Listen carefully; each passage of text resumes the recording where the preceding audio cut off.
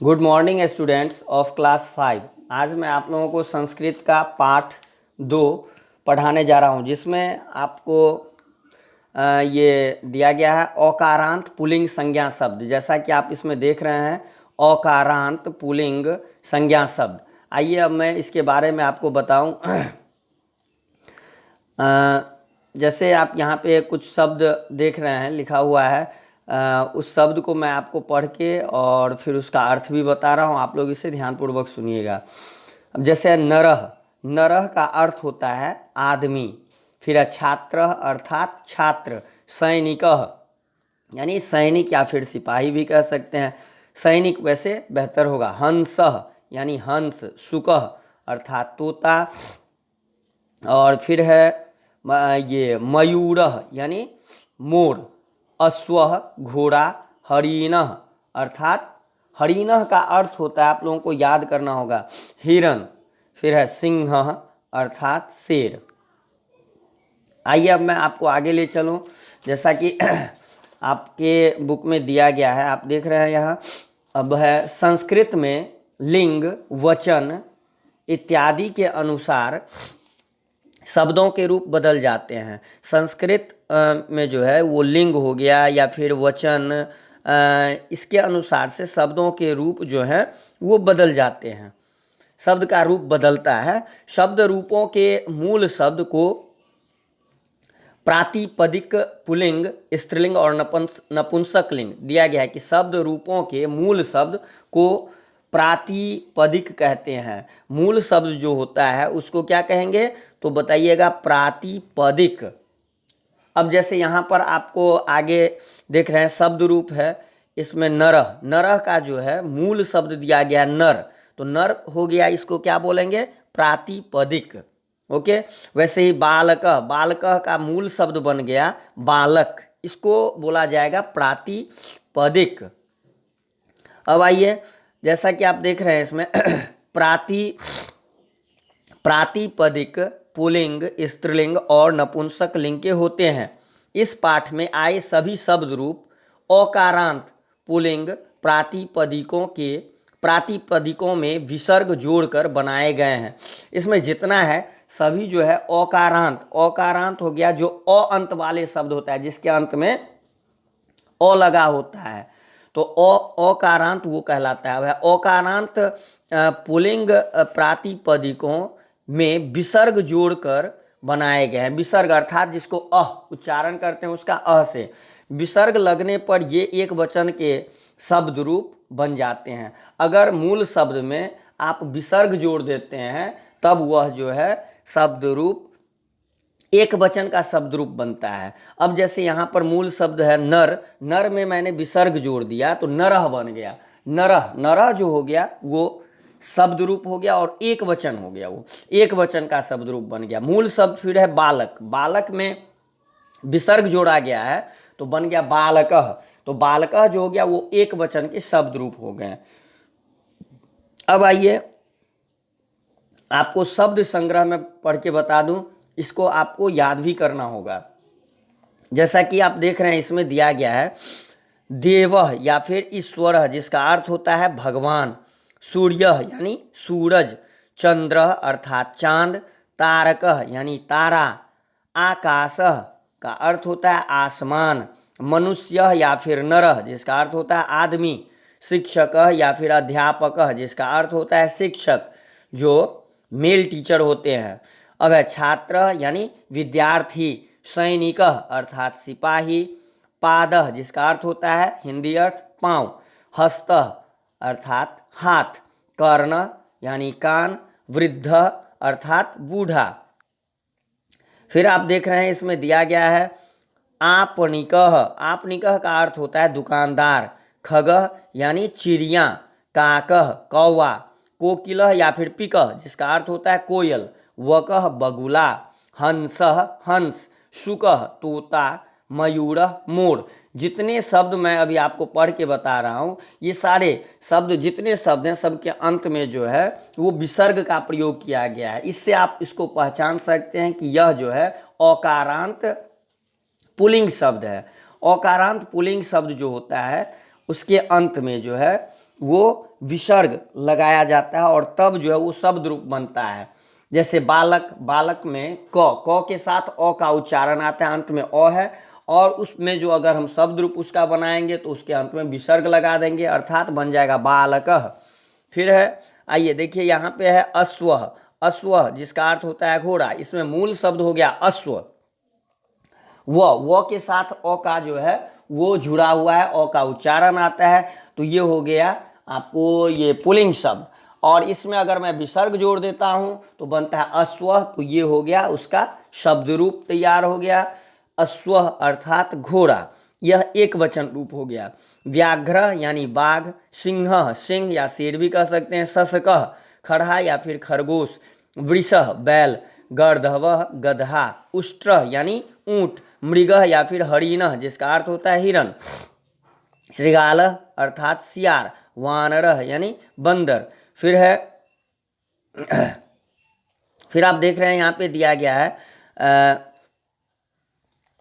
बालकः, बालकः का अर्थ होता है लड़का या फिर बालक कह सकते हैं, बालः या फिर बालकः, मीनः या फिर मत्स्य अर्थात मछली, मंडूकः मेढक, कूर्मः यानी कछुआ, कर्कटः केकड़ा, कीटः अर्थात कीड़ा, मूषकः यानी चूहा, गजः हाथी, बिडालः बिलाव।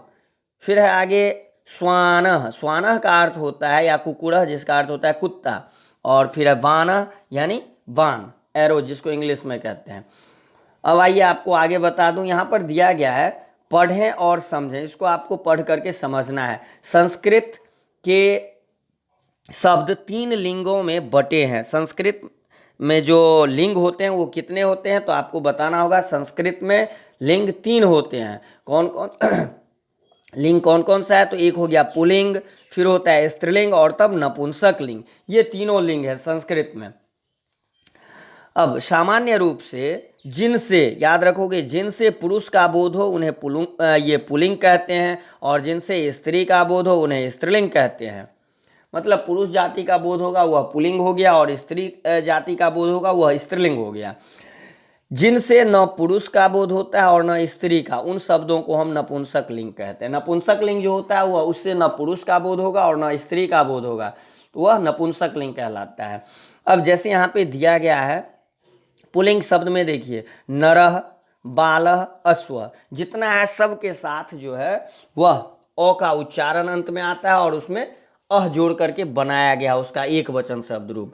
नरः सब में है विसर्ग लगा हुआ है, बालः इसमें भी विसर्ग दिया गया है, वैसे ही अश्व इसमें भी विसर्ग है। नरः जिसका अर्थ होता है आदमी अर्थात एक आदमी, बालः लड़का, अश्व घोड़ा। फिर अब इसका जो स्त्रीलिंग में आ गया, तो अब जैसे भाड़िया, यहाँ देखिए विसर्ग का प्रयोग हटाया गया है, यानी जब आकारांत, स्त्रीलिंग का पहचान है आ अंत वाले शब्द, जिसके अंत में आ जाएगा तो वह जो है वह स्त्रीलिंग शब्द होगा। आ अंत वाले शब्द का जो है स्त्रीलिंग रूप जो शब्द रूप बनाएंगे एक वचन में, तो उसमें बिल्कुल वैसे ही लिखना, उसमें बदलाव नहीं होता है। अब जैसे लता, भाड़िया, बाला, बालिका, शाखा, सब एक जैसे ही होगा। फिर नपुंसक लिंग में, नपुंसक लिंग जो होता है वो अम अर्थात म से समाप्त होता है, लास्ट में उसमें जो है, अब जैसे पुस्तकम, क में अ का उच्चारण आता है उसके साथ म जोड़ देना, बन जाएगा नपुंसक लिंग। पुस्तकम, भवनम, पत्रम, पुस्तकम जिसका अर्थ होता है पुस्तक, भवनम जिसका अर्थ भवन, और पत्रम यानी पत्ता। अब आइए अभ्यास में चलते हैं। यहाँ पे दिया गया चित्रों के नाम संस्कृत में लिखें। चित्रों के नाम, जैसा कि आप यहाँ देख रहे हैं, यह चित्र है सूरज का, तो सूरज को संस्कृत में कहते हैं सूर्य, ये पुल्लिंग शब्द है। अब यहाँ पे बाण है, इसको संस्कृत में कहेंगे बाणः, सब में विसर्ग लगा हुआ है, आप पहचान सकते हैं, यह पुल्लिंग शब्द हो गया। मूषकः अर्थात चूहा। फिर आगे आइए, अब देख रहे हैं आप, दिया गया है गजः अर्थात हाथी, मंडूकः अर्थात मेढक, श्वानः अर्थात कुत्ता। अब आगे ले चलते हैं प्रश्न संख्या 2 में, किन्हीं 5 पक्षियों के नाम संस्कृत में लिखें। वैसे मैंने यहाँ पे आपको लिख दिया है 5 पक्षी का नाम। अब जैसे आपको मैं पढ़ के भी बता दूँ, अब है ये मैंने लिख दिया काकः अर्थात कौवा, सुकह अर्थात तोता, मयूरः मोर, वकः बगुला और कोकिलः अर्थात कोयल। अब आते हैं प्रश्न संख्या 3 में दिया गया है, दिए गए शब्दों के लिए सही संस्कृत शब्द चुनें। इसके लिए संस्कृत, सही संस्कृत क्या होगा? अब जैसे कोयल, कोयल का अर्थ होता है संस्कृत में कोकिलः। फिर है चूहा, जिसको संस्कृत में कहा जाता है मूषकः। कौवा, जिसको संस्कृत में कहते हैं काकः। वैल, वैल को संस्कृत में कहते हैं वृषः। अब आइए आगे, यहाँ पे निम्नलिखित शब्दों के संस्कृत रूप लिखें। अब बाघ, बाघ का संस्कृत होता है, वो मैंने आपको यहाँ पे लिख दिया है। देखिए बाघ का संस्कृत होता है व्याघ्रः। वैसे ही खड़हा, इसको संस्कृत में कहते हैं शशकः। बंदर, जिसको संस्कृत में कहा जाता है वानरः। ऊंट, इसको संस्कृत में कहेंगे उष्ट्रः। हो गया। अब आइए संस्कृत में नाम लिखें। यहाँ पे कुछ वाक्य दिया गया, उसका जो है जवाब आपको संस्कृत में ही उत्तर देना है। वो भी मैंने यहाँ पे लिख दिया है और मैं इसे अब पढ़ के बता रहा हूँ। देखिए, मैं जल के बाहर नहीं रह सकती। जल के बाहर कौन नहीं रह सकते? मछली। सिंपल है, तो इसमें मछली का आपको संस्कृत में लिखना होगा मीनः। जवाब देना है आपको संस्कृत में। मैं जल के बाहर नहीं रह सकती, तो बताइएगा मीनः। मैं जल बरसाता हूँ, जल बरसाने का काम कौन करता है? तो मेघ। बादल, बादल जब आता है तो बारिश होती है, तो बादल को संस्कृत में क्या कहेंगे? मेघः। अब आप देख रहे हैं यहाँ पर है, मैं मनुष्यों की बोली की नकल कर सकता हूँ। मनुष्य की बोली की नकल कौन कर सकता है? तो वो होता है तोता। तोता को संस्कृत में कहते हैं शुकः। वैसे ही मैं जंगल का राजा हूँ। जंगल का राजा वो कौन सा जानवर होता है? तो सिंह होता है, शेर जिसको कहते हैं, अर्थात उसको संस्कृत में लिखेंगे तो सिंहः। मैं भारत का राष्ट्रीय पक्षी हूँ। भारत का राष्ट्रीय पक्षी मोर है, इसको संस्कृत में लिखेंगे तो अब मयूरः। वैसे ही मैं रेगिस्तान में रहता हूँ। रेगिस्तान में कौन सा जानवर रहता है? तो ऊँट। रेगिस्तान का जहाज भी उसे बोला जाता है, तो ऊँट को संस्कृत में कहते हैं उष्ट्रः। तो अभी मैंने आपको यह पाठ जो है संस्कृत का पाठ 2 अकारांत पुल्लिंग शब्द, मतलब अ अंत वाले शब्द, जिसके अंत में अ आता हो, वो शब्द जो है पुल्लिंग होता है। इसके बारे में मैंने बताया कि किस तरह से अगर अकारांत पुल्लिंग शब्द है तो उसको हम शब्द रूप में कैसे बदलेंगे। तो मैंने आपको बताया है कि उसमें विसर्ग जोड़ करके जो है एक वचन का शब्द रूप बनाया जाता है। तो ये पुल्लिंग शब्द रूप जो है अभी मैंने आपको बता दिया। ओके, तो मैं उम्मीद करता हूँ कि इस वीडियो को देखने के बाद जो है और सुनने के बाद आप इससे अच्छी प्रकार से इस पाठ को जो है समझ लिए होंगे। Okay, thank you.